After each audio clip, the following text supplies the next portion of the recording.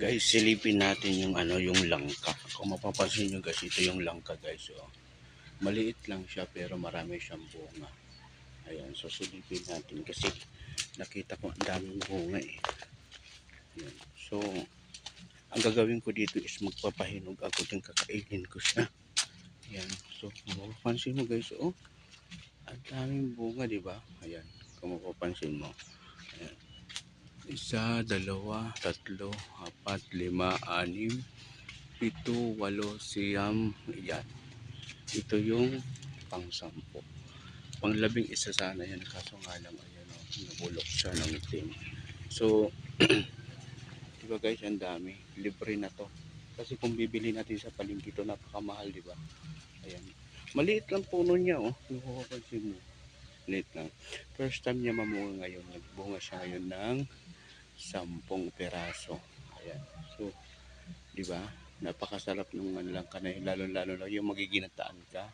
Lalagyan mo ng langka. Katapos yung magluluto ka ng saging. Yung binabalot sa wrapper. Ayan. Ang sarap niyan, di ba? Ayan. So, ito may bago na naman tanim dito. Kung mapapansin mo, oh. Tanim na naman sila ng talbos ng kamote. So, pag dumami na naman yan, so makakapagkulay na naman tayo. Yan. Ayan si Manantiring. Dito si Manantiring naggagawa siya ng para saan yan? Sa tanim ko. Sa bukid. Saan bukid?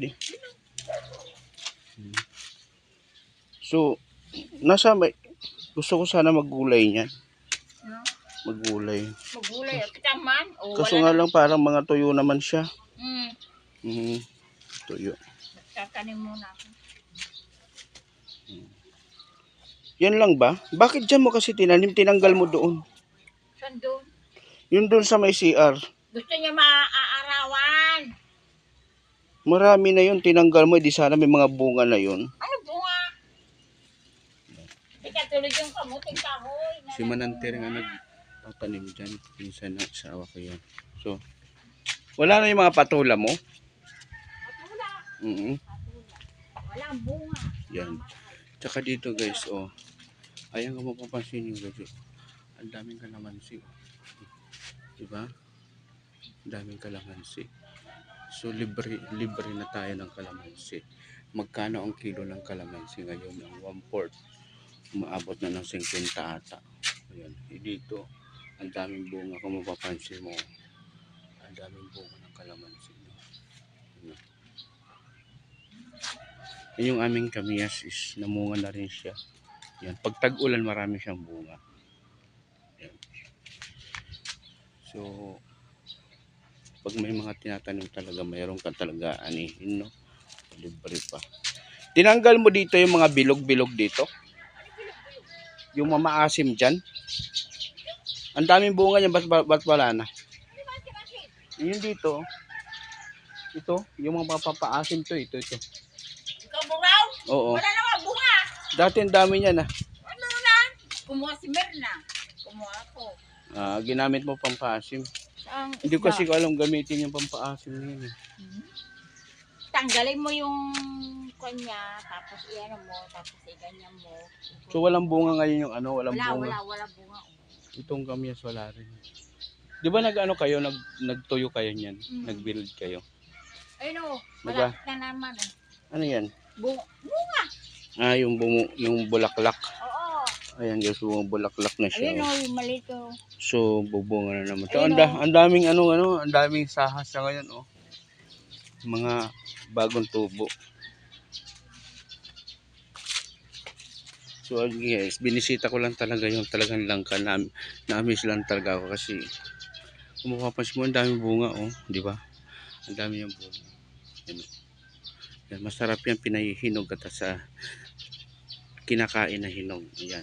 Kaysa yung hinog, masarap din ginugulay. Kasi nga lang kinakailangan mong taan. Ayan. So malinis na rin dito. Naglilinis naman si Manantiring. Nakapaglinis siya dito. Mayroon siya mga tanim-tanim. Ayan. May mga tanim-tanim siya. Ano to? Ang palaya?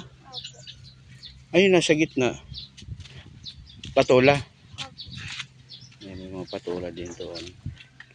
So So marami din tayo makukuha gulay dito. Ayun, may mga sili na nga rin dito. Oh.